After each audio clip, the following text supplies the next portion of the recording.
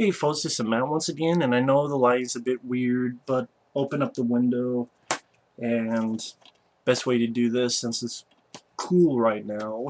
It's been hot as hell lately. Hope people had a good 4th of July, and a safe 4th of July. I'm continuing my reviews of the Kevin Smith films, and this time I am reviewing Chasing Amy. I have this on Blu-ray and also have this on DVD because both have different features. Of the two, I prefer the DVD because it has a very fun commentary. All these people are in the same room. Kevin Smith, Scott Mosier, Ben Affleck, Jason Mewes, and then Robert Hogg, John Gordon, and Vincent Pereira. Very funny commentary, very entertaining. Ben Affleck and Kevin Smith are great together on the commentaries. And Chasing Amy, Mallrats came out, flopped critically and box office wise. Oh, you're done, Kevin Smith. So he wrote a story that's kind of personal to him. They only had $250,000 to make it. And they made a movie. Of his early films, I would say from Clerks to Jay and Silent Bob Strike Back, this is definitely the most serious film. It's more of a romantic drama with a bit of comedy in there. Definitely more of Kevin Smith's serious. It's still comedy, but it's definitely the most. It may be the most serious film he's made to this day, I would say. And it's weird this picture because Ben Affleck is clean shaven, but in the movie he has this for the entire time. But yeah, Chasing Amy, I like. I don't like as much as Clerks and Mallrats, or Dahmer and Jay and Silent Bob Strike Back, or Clerks 2. So I would say of the View Askew movies, this is probably my least favorite. Now when I say that, I'm talking about just the View Askew movies. This is miles better than Jersey Girl, miles better than Cop Out, miles better than Tusk, miles better than fucking what else he did, Red State. And I think that's because when I go to Kevin Smith, usually I'm just going in there for laughs and comedy. While again, this is still it's a comedy, but it's his most serious, much more of a drama, romantic. But it's still a good movie. I think if you like drama, that romance drama comedy meld, it's definitely a good movie. It's very well acted. You have some very good points of dialogue. Definitely makes you feel something. And it really showed that Ben Affleck can act, as can Jason Lee. And Joy Lauren Adams, it's sad that she didn't go on to do much except a bit part in Big Daddy. But she didn't really go on to do much, and I thought she was really good. I wish Joy Lauren Adams starred in Zack and Mary. I think she would have been better than Elizabeth Banks. And Joy Lauren Adams, I wish she got more roles because Joy Lauren Adams is a really good actress. And if you think about what other roles did she get? Not much. At the time, Kevin Smith was actually dating Joy Lauren Adams. And I thought this had a good heart to it. It's a well-directed film for the low budget and has a good script, good cast. It's just not as hilarious to me as Clerks or Mallrats and such, but that's the thing.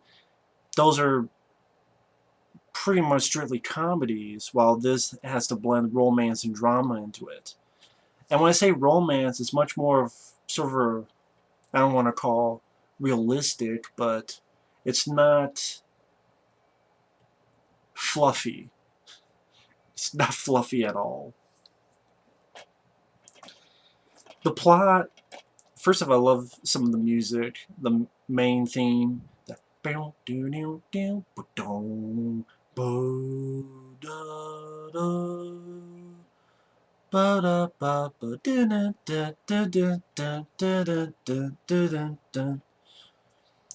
and it's done. You have comic book panels, not quite like Mallrats, but sort of this based on this comic book and sort of telling a story about these two guys who had written this book called 37, and of course reference to Clerks.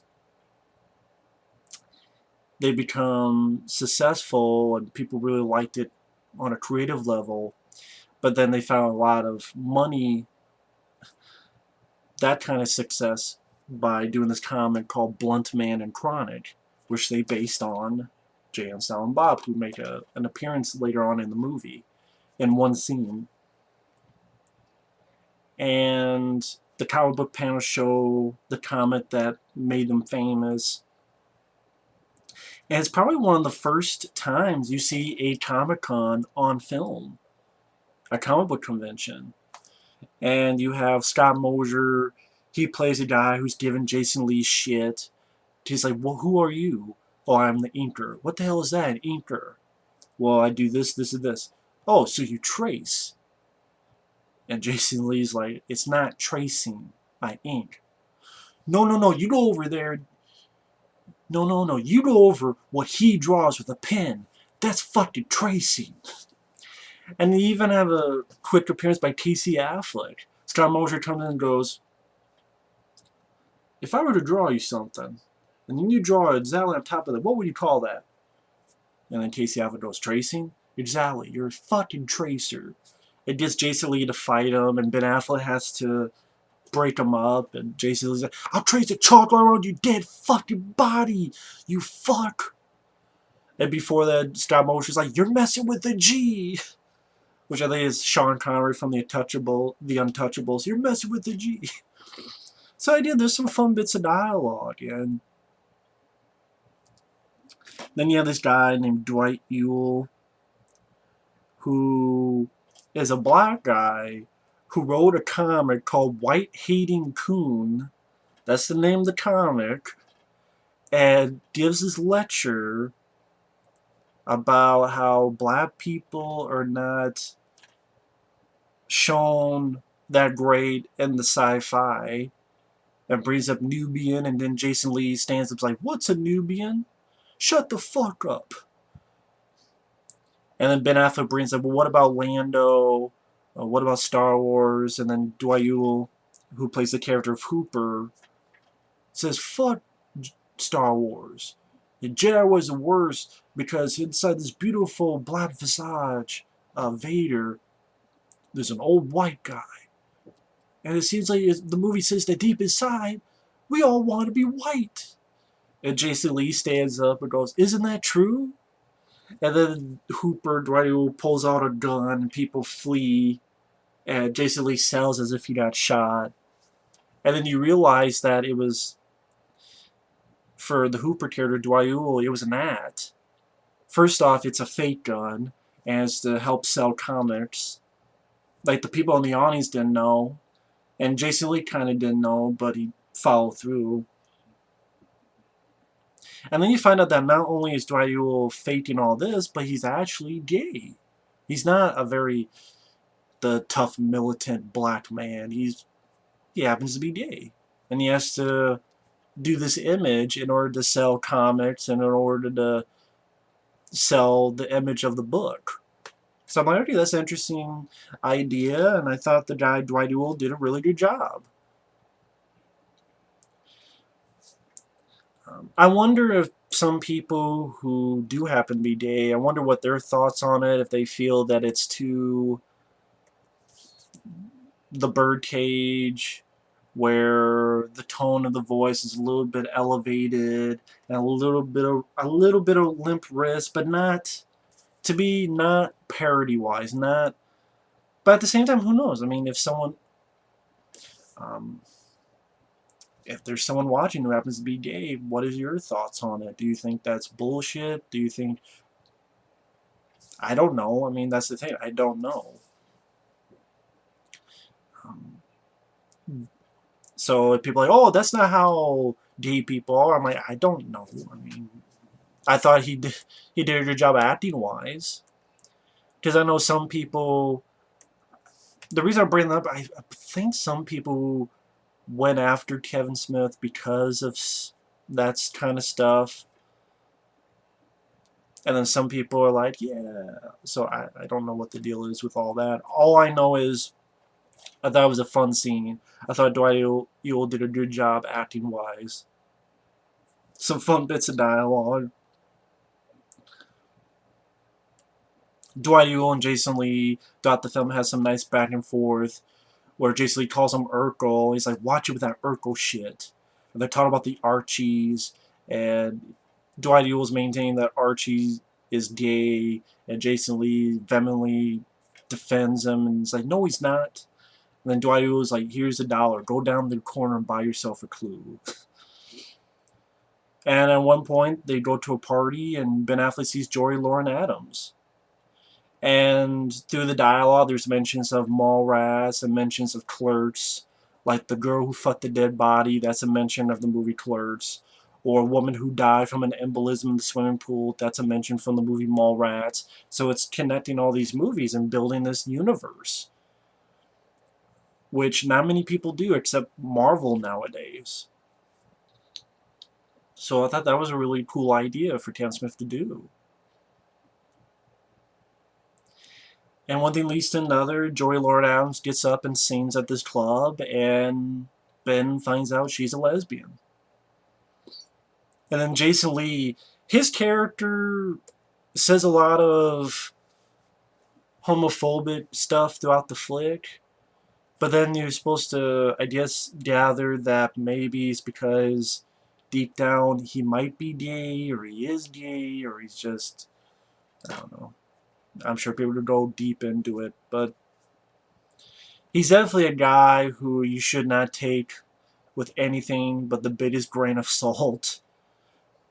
Because, for example, he sees two women kissing, and then he sees two women kissing, but then he sees two women talking, and then that's when he gets it that they're lesbians.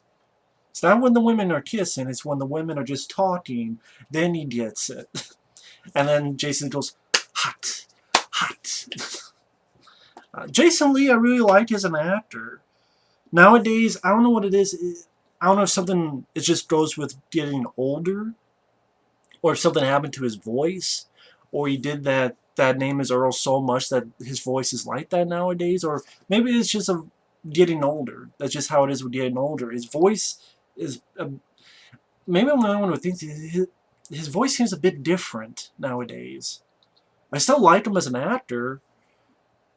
Maybe that's just me, I don't know. Or maybe it's just the role that he has to play. Maybe it just depends on what role. I don't know. But I do really like Jason Lee as an actor. Again, he's been stuck in those Alvin and the Chipmunk movies.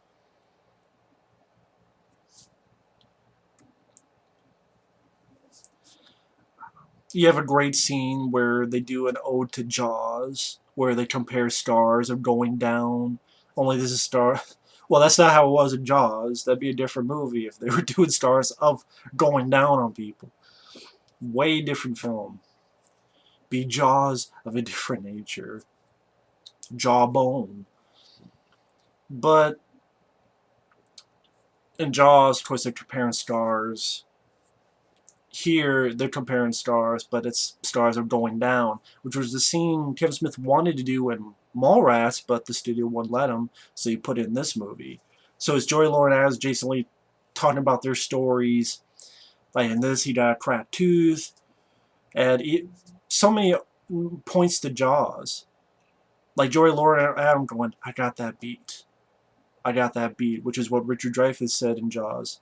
And then talks about how this heel dug into her back, and in one, she was dragged along this car, and it was cut up like paper dolls, which again, another line from Jaws. You even have the thing where, like Brody, when he does that thing where he looks, but he doesn't say anything, Ben Affleck does the same thing where he kind of looks, and then he doesn't say anything. I thought that was an interesting idea. To, take Jaws and do it in a different way. Give your own take on it.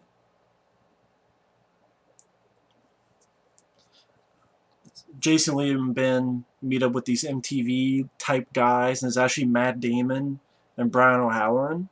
Because at this point, Matt Damon, this was 1997. I mean, he was doing maybe Courage Under Fire he had done, and Geronimo. This is before Good Will Hunting had not come out yet. Especially when filming because Kevin Smith helped Matt Damon and Ben Affleck get Good Will Hunting made. Because Kevin Smith and Scott Mosier, they got the script to Miramax, which then got that movie made. So Kevin Smith and Scott Mosier were a big part of helping them get that movie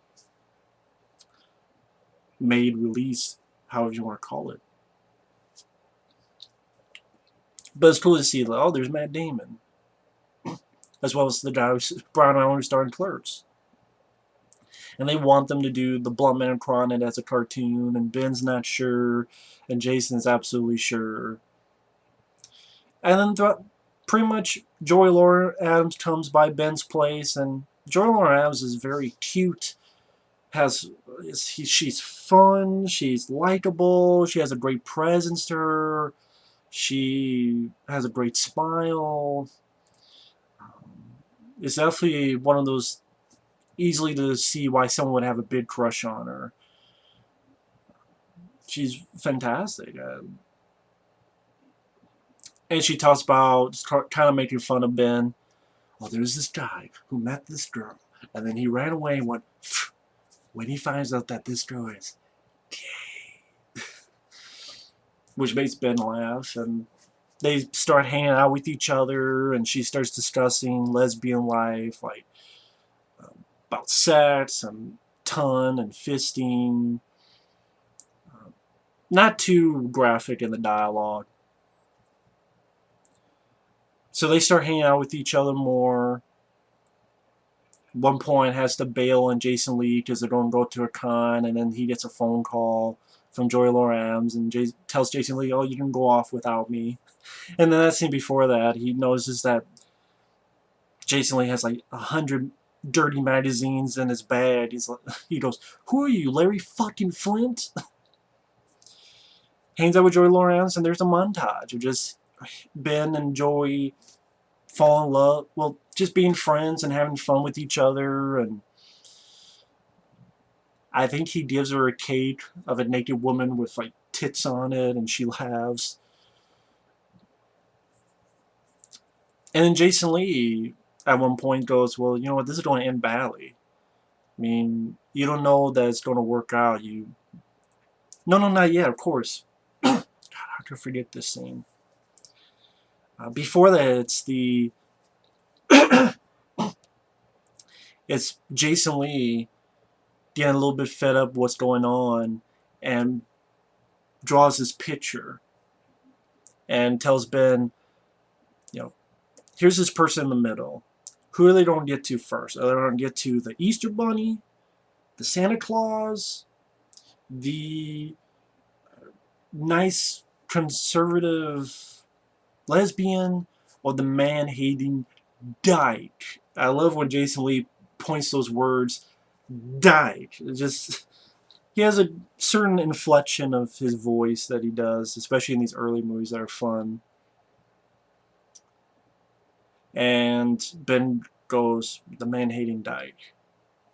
And Jason Lee asks, why? And Ben goes, no, I don't know. And Jason Lee goes, because the other three are figments of your fucking imagination. Like, Jason Lee doesn't think Joy Lauren Adams is on the level, or he wants to protect Ben, or maybe there's a hidden meaning. That's for you to think about.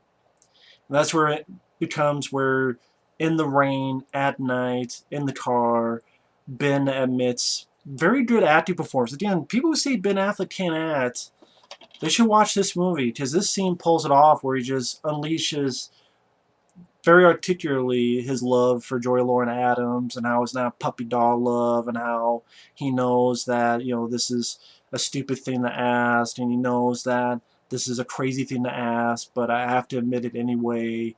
And then she's confused, like, what are you doing? You know I'm gay, this and that. And then ultimately they end up kissing. And that's where it leads to the next day, and Jason Lee talking about, well, you know, this is going to end badly. You're too conservative. And, you know, she's done stuff that we've never even heard of. And I think some people got mad, like, wait a minute, she's a lesbian, why would she fall for Ben Affleck, and what, all she needed was a deep dicking? But she even explains later on that she about limiting options and how, she looked to girls because she didn't want to limit her options as to who she might want to fall in love with, who she could fall in love with. And then that was also another bit of limiting oneself. And the whole time I'm thinking, well, what if she's just bi? Maybe she just like men and women. I mean, maybe she's a bi thing. That's why this one scene, it didn't make sense to me where she admits that it's a guy she's with right now, and all these other lesbians around her are mad. They're pissed. Oh, we lost another one. And I'm like, you never heard of bi? She can't like both. You have to like one or the other for her. Like maybe she likes both. But as I'm talking through this, another good thing is this is a very original story and a very original concept and a very original script. Even Chris Rock, a reason he did Dogma is because he liked Clerks and he loved Chasing Amy. And Chris Rock at one point said, forget what interview, he said that Chasing Amy was the most original romantic comedy since Annie Hall. Like so many films, they will look to Annie Hall as a romantic comedy, but this was like pretty much given the movie huge praise. And I can see where he's going with that. I can see what Chris Rock means about that. It's a very original story. And there's a scene when they're in bed, she justifies herself why she's in Ben's arms, and then Jason Lee pushes more.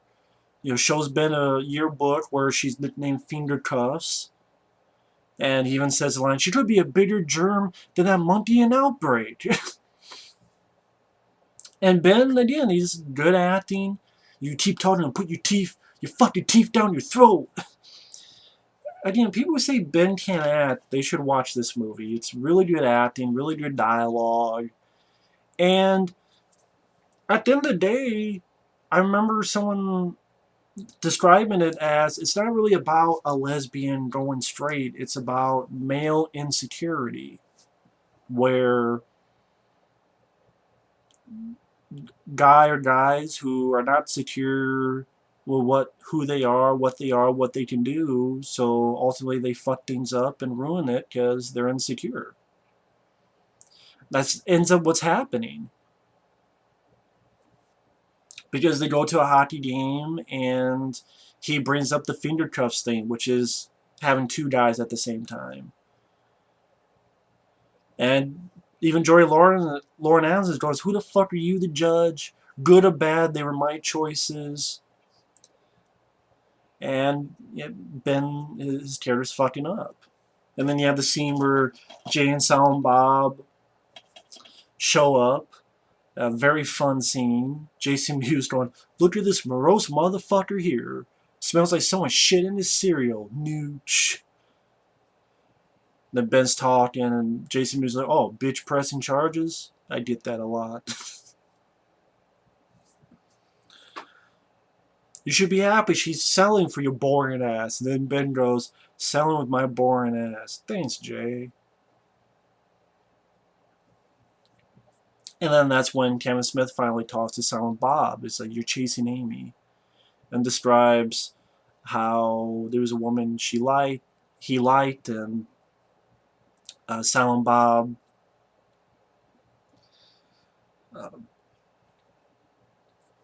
she admitted to him she had done things in the past, and he was upset. And then he admits that, she didn't want that anymore. She wanted me. She just wanted me. And I pushed her away, and I should not have. And every day I've been chasing Amy. She was the one for me. And it was on my own, pretty much telling him sort of the point of the movie and telling him what to do, but then Ben fucks up. Because instead of looking at, oh, well, I should accept her for who she is, and she wants to be with me. He does something stupid where he gets Jason Lee and Joy Lauren Adams and says, we should have a three-way. Just, hey, Jason, I think you have a crush on me and you don't want to admit it. And you, hey, we do something crazy and I won't feel insecure because you've done all these crazy things and I haven't. And Joy Lauren Adams goes, no, this is wrong. I'm not your whore. I wanted to, but at the same time, I do love you. And I tried all that stuff. It didn't work. I just wanted to be with you. They did a better job acting-wise than I did, that I can convey. So I would say, I would suggest like my friend Effrey. I would suggest him giving this a watch because I think he likes the romantic comedy dramas. I think this, with the Kevin Smith dialogue and the original idea, I would definitely urge him to give this a look. If he doesn't like it, that's fine. If no one likes it, that's fine. Again, I would say I like Clerks and Mallrats more, and Dom and Jay and Silent Bob Strike Back and Clerks 2 more, just because they're more for laughs. This has a couple chuckles, but it's more dramatic. So between the two, for Kevin Smith, I take the laughs more than the drama. But I still think this is a well-written, good movie.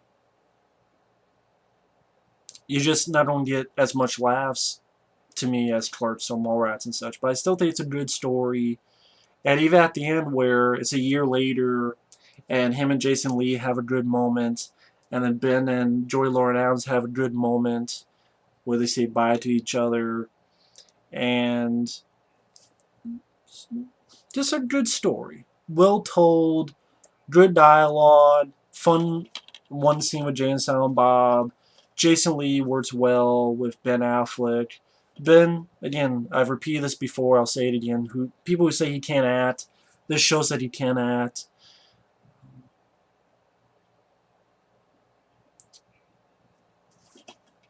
Do I have any problems with it? Not really. Not a whole lot. I mean, it's not a problem, but this is a bit more of the romantic drama comedy than just flat out for chuckles and laughs. I don't know if that's a problem, because that's what the movie's supposed to do. But maybe some people would have a problem with that. But yeah, I really enjoy this film. Really like it. Definitely think it's a good one, Chasing Amy. So, thanks for watching. Take care, and we will see you later. Bye-bye.